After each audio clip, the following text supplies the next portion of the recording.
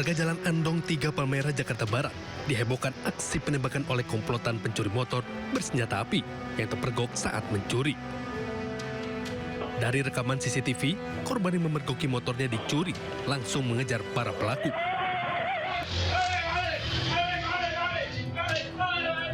Seorang pedagang beras yang berupaya membantu korban menggagalkan aksi curanmor ini justru menjadi sasaran tembakan di bagian kaki.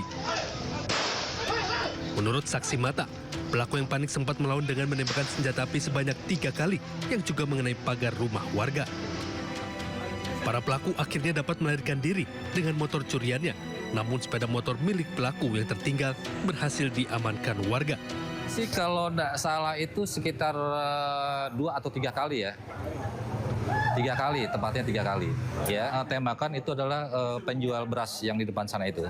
Ya, kalau tidak salah itu sebelah kanan ya, di daerah betis itu. Ya. Korban luka tembak saat ini dilarikan ke rumah sakit untuk mendapatkan pertolongan medis. Pihak kepolisian dari Polsek Palmerah dan Satreskrim Polres Metro Jakarta Barat masih menyelidiki peristiwa tersebut.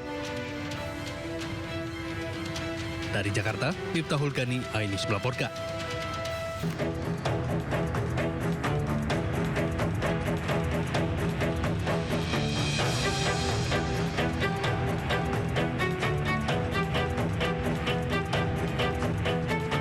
Melihat kunci kontak terpasang di motor seorang pegawai negeri sipil di Kota Parepare, Sulawesi Selatan, nekat mencuri motor. Pencurian ini terjadi di Jalan Andi Makassau, Kota Parepare, Sulawesi Selatan. Pelaku berhasil ditangkap petugas Satreskrim Polres Parepare setelah menerima laporan dari korban. Saat ditangkap, barang bukti sepeda motor curian juga turut diamankan petugas. Pelaku ini baru kali ini melakukan tindak pidana pencurian. Motifnya dipakai untuk hari-hari. Itu secara refleks atau sudah direncanakan, Mas? Jadi tidak direncanakan, cuma pada saat itu melintas, kemudian melihat motor tersebut ada kuncinya di motor, mungkin pemilik kendaraan lupa, ada kesempatan, disitulah ada niat. Atas perbuatannya, pelaku dikenakan pasal 362 KUHP dengan ancaman 5 tahun penjara.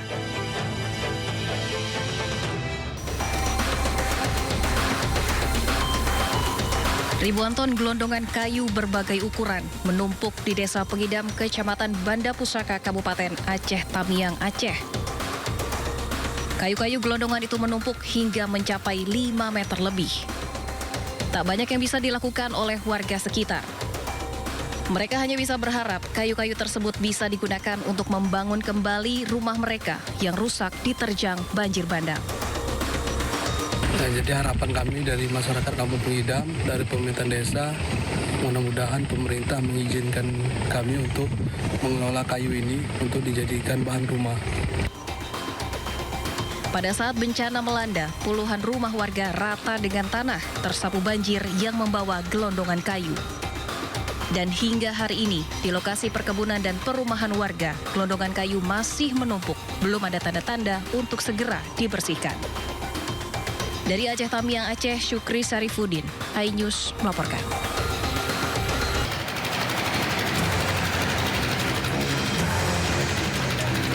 Direktorat Tindak Pidana Tertentu Bareskrim Polri menetapkan tersangka dalam kasus pembalakan liar atau illegal logging di Batang Toru, Tapanuli Selatan, Sumatera Utara. Diketahui penetapan tersangka dilakukan setelah penyidik melakukan gelar perkara bersama pihak kejaksaan Jumat 2 Januari 2026. Direktur Tindak Pidana Tertentu Bareskrim Polri Brigjen Pol M. Irhamni menyebut sudah ada 2 tersangka. Meski begitu, Irhamni belum merinci terkait identitas para tersangka itu. Sebelumnya, Irhamni menyebut status kasus kayu gelondongan di daerah aliran Sungai Garoga, Tapanuli Selatan hingga Sungai Anggoli, Tapanuli Tengah ke tahap penyidikan. Irhamni juga mengatakan pihaknya bakal menerapkan pasal tindak pidana lingkungan hingga pencucian uang di kasus kayu gelondongan yang diduga menyebabkan banjir dan longsor di Sumatera. Tim Liputan iNews melaporkan.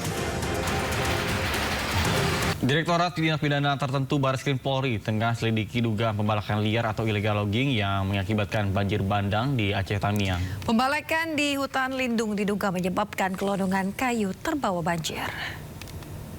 Kemungkinan identifikasi kami adalah kegiatan-kegiatan pembukaan lahan di hutan lindung, Serbajadi ataupun Simbang Cernih.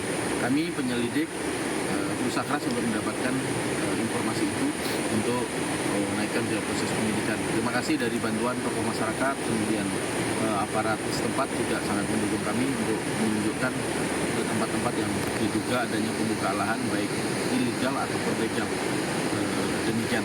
Tentunya legal tidak menutup kemungkinan juga adanya dampak lingkungan yang rusak ataupun apalagi kalau Heliana tiba di gedung Bareskrim Polri sekitar pukul 9.30 pagi dengan didampingi kuasa hukumnya.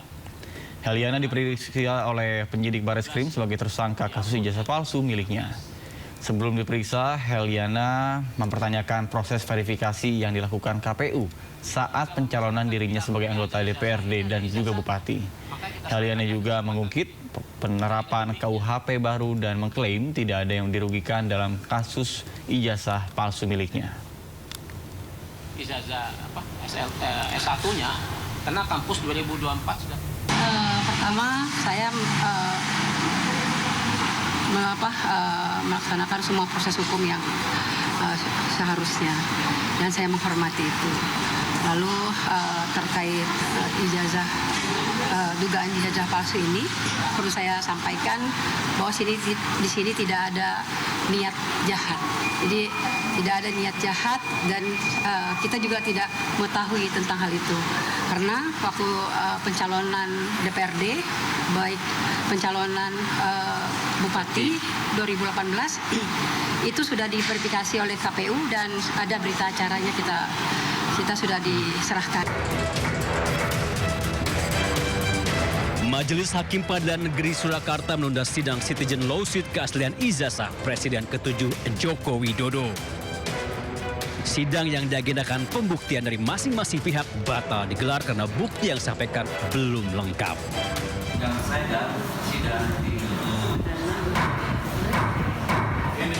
Menurut pengacara penggugat M. Taufik, kuasa hukum Jokowi hanya membawa satu bukti berupa copy file scan laporan polisi 9 terlapor.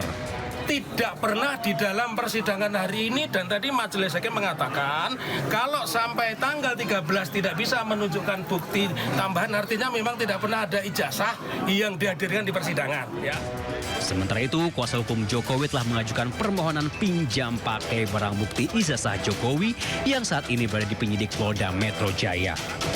Intinya bahwa ijazah asli Pak Jokowi, baik itu ijazah sarjana Fakultas Kehutanan UGM, ya, Fakultas Kehutanan UGM maupun SMA Negeri 6 Surakarta, aslinya itu ada di bawah kekuasaan Polda Metro yang telah diserahkan oleh Pak Jokowi pada tanggal 23 Juli. Majelis Hakim menunda sidang hingga 13 Januari 2026. Majelis Hakim juga memberikan kesempatan kepada tergugat maupun penggugat untuk melengkapi bukti surat yang diserahkan. Dari Surakarta, Jawa Tengah, Septiantoro, iNews melaporkan.